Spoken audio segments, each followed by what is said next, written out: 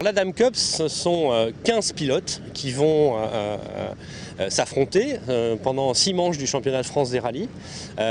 Et ces 15 pilotes, il y aura un pilote qui sera gagnant à la fin de la saison, ce qui est logique. Et ce pilote qui sera gagnant à la fin de la saison deviendra pilote officiel à Dame.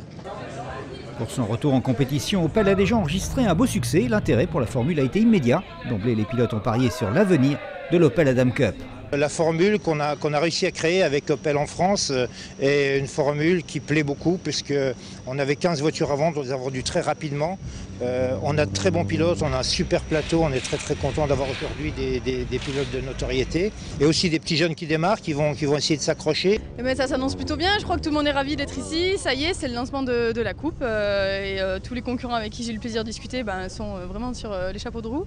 Et nous aussi évidemment. Ça fait 3 ans que j'ai pas roulé, là je rattaque dans cette formule de promotion Opel Adam Cup.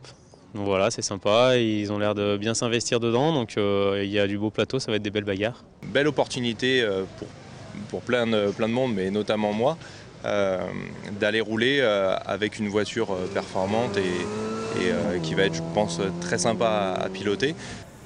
Parmi les 15 équipages inscrits, il était difficile de faire le moindre pronostic. Et ce n'étaient pas les Opel Adam de l'Info Rally qui allaient se risquer à cela. Elles préféraient se cantonner à leur rôle d'information sur le déroulement du rallye, tout en rappelant aux spectateurs les règles élémentaires de sécurité. C'est donc Paul-Antoine Santoni qui allait donner un premier élément de réponse en remportant le premier chrono. Mais Rémi Jouin et Johan Bonato répliquaient aussitôt. Jouin, Santoni, Bonato clôturaient la première journée dans cet ordre, groupés en un écart de 6 secondes.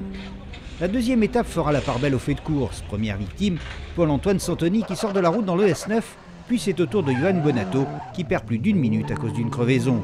Rémi Jouin passera au travers de tous les pièges pour l'emporter. Il est le premier vainqueur de l'histoire de l'Opel Adam Cup. Johan Bonato et Olivier Marty complètent le podium final. Le pilote Rallye Jeune 2011 n'a pas démérité. Jérémy Beau termine à la 7e place. Prochaine épreuve, le rallye région Limousin.